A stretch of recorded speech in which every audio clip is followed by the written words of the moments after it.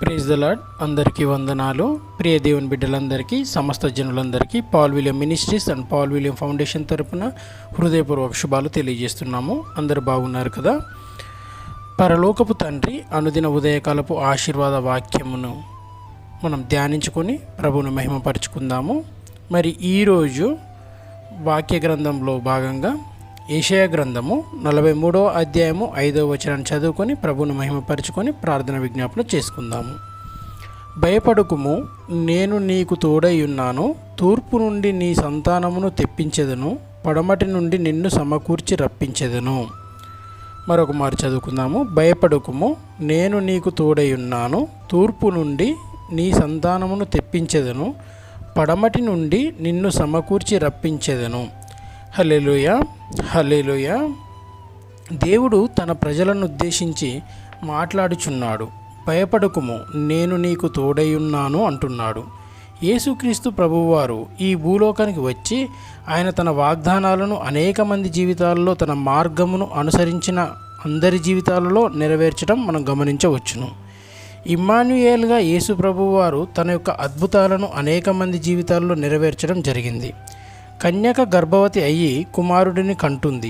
ఆ కుమారునికి ఇమ్మానుయేల్ అని పేరు పెడతారు అని యెషయా గ్రంథం 7వ అధ్యాయంలో ఉన్న విషయం యేసు ప్రభు వారి జీవితంలో స్పష్టంగా నెరవేర్చబడింది.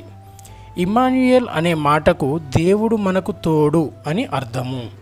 యేసు ప్రభు వారి జీవితాన్ని మనం పరిశీలించినట్లయితే ఆయన ఎంతోమందికి దీవెనకరంగా, ఆదరణకరంగా, ధైర్యాన్ని ఇచ్చేవాడుగా, హెచ్చించువాడుగా ఆయన నిలబడడం జరిగింది. ఆయన వద్దకు విశ్వాసంతో వచ్చిన ఏ ఒక్కరూ నిరాశతో వెనుదిరిగినట్లు లేఖనాలలో ఎక్కడా కూడా మనం చూడము. ప్రభువువారు మరి అనేక మందికి తోడుగా ఉండి అనేక అద్భుత కార్యాలను ఆయన జరిగించడం జరిగింది. అంత మాత్రమే కాకుండా యేసు ప్రభువారు శిలువ మీద మరణించి మూడవ రోజు తిరిగి లేచిన తర్వాత 40 రోజులు ఆయన అనేక మందికి కనబడడం జరిగింది. యేసుక్రీస్తు ప్రభువారు అనేక మందికి దర్శనం ఇచ్చిన తర్వాత ఆయన తన పరలోక రాజ్యానికి ఆరోహణం అయ్యి వెళుతున్నప్పుడు ఆయన ఇచ్చిన వాగ్దానము, యుగ సమాప్తి వరకు నేను మీతో కూడా ఉన్నాను అనే మాట ప్రభువారు పలకడం జరిగింది. ఆ మాటలో ఉన్న మాధుర్యాన్ని మనం గమనించి ధైర్యం కలిగి ఉందాము. ఈరోజు దేని కొరకు నీవు భయపడుతున్నావు? ఏ సంగతులు మిమ్మలను భయపెడుచున్నాయి? ఒకవేళ నిరుద్యోగం నిన్ను భయపెడుతుందా? పేదరికం నిన్ను కృంగదీస్తుందా? నిందలు, అవమానాలు నిన్ను బాధిస్తున్నాయా? భవిష్యత్తు ఏమైపోతుందో అనే దిగులు నిన్ను వెంటాడుతుందా? నీ తల్లిదండ్రుల వృద్ధాప్యం గూర్చి, నీ పిల్లల భవిష్యత్తు గూర్చి నీవు ఆందోళన ఉన్నావా? దేవుడు నీతోనే మాట్లాడుచున్నాడు. నీవు భయపడవద్దు, ప్రభువు నీకు తోడై ఉన్నాడు. అంత మాత్రమే కాకుండా నిన్ను సమకూర్చే దేవుడు ఆయన. చెదిరిపోయిన మన జీవితాలను, చెల్లాచెదురుగా పడి ఉన్న మన బ్రతుకులను, విచ్ఛిన్నమైన మన ఆశలను యేసుక్రీస్తు ప్రభువు వారు సమకూర్చగలరు. ఆయన దివ్య హస్తాలకు ఎవరైతే తమను తాము సజీవ యాగంగా అర్పించుకున్నారో వారి అందరి జీవితాలను ప్రభువు సమకూర్చగలడు. వాస్తవానికి అపవాది మన అందరి జీవితాలను చెల్లాచెదురు చేశాడు. మన జీవిత అనుభవాలను పాడు చేశాడు. వాటన్నిటిని సమకూర్చడానికి ప్రభువారు ఈ లోకానికి వచ్చారు. నీవు వేటిని అయితే కోల్పోయావో, వేటిని అయితే పోగొట్టుకున్నావో, తిరిగి వాటన్నిటిని నీకు సమకూర్చి పెట్టే అధికారం ఆయనకు ఉంది. కనుక ప్రియ దేవుని బిడ్డ, ఈరోజు అంతా మరి ఈ వాక్యాన్ని ధ్యానించుకొని మనం ప్రభువుని మహిమపరచుకొని ప్రార్థన చేసుకుందాము. ఈ ప్రార్థనలో మనమందరం మన కుటుంబ సభ్యులతో కలిసి ఏకీభవించి ప్రార్థించుకొని ప్రభువును మహిమపరచుకుందాం. పరలోకం నందున్న మా తండ్రి యెహోవా, మీ పరమ పవిత్రమైన పాదములకు వందనాలు, స్తుతులు, స్తోత్రములు తండ్రి. కరుణామయుడ, జీవాధిపతి, మీకు వందనాలు, స్తుతులు, స్తోత్రములు ప్రభువా.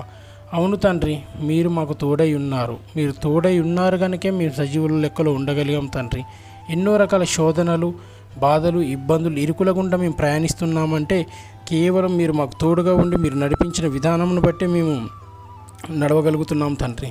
మీరు మమ్మల్ని సమకూర్చువారు, మా కుటుంబాలను కట్టువారు, మమ్మల్ని నిలబెట్టువారు, మమ్మల్ని హెచ్చించువారు, మమ్మల్ని ఆశీర్వదించువారు తండ్రి. కేవలం మీ కృపా కనికరములతోనే మేము సజీవులుగా ఉన్నాము. మా జీవన ప్రయాణాన్ని కొనసాగించగలుగుతున్నాము. స్వార్థ ప్రకటనలో విజయవంతంగా దూసుకు వెళ్ళగలుగుతున్నామంటే కేవలం మీ కృపా కనికరములే తండ్రి. మా నీతి కాదు, మా భక్తి కాదు, మా శక్తియుక్తులు ఏవీ కావు తండ్రి.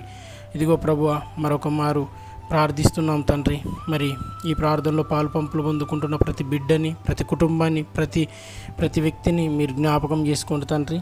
మా జీవన ప్రయాణంలో మీరు మాకు తోడుగా ఉండి నిలబెట్టండి తండ్రి. మీ యొక్క సన్మార్గంలో మేము ముందుకు సాగుటకు సహాయం చేయండి ప్రభువా.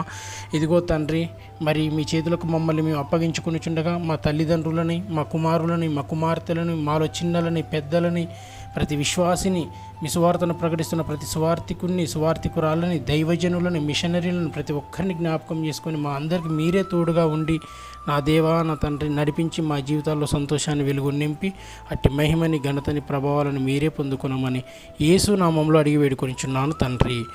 ఆమేన్, ఆమేన్, ఆమేన్.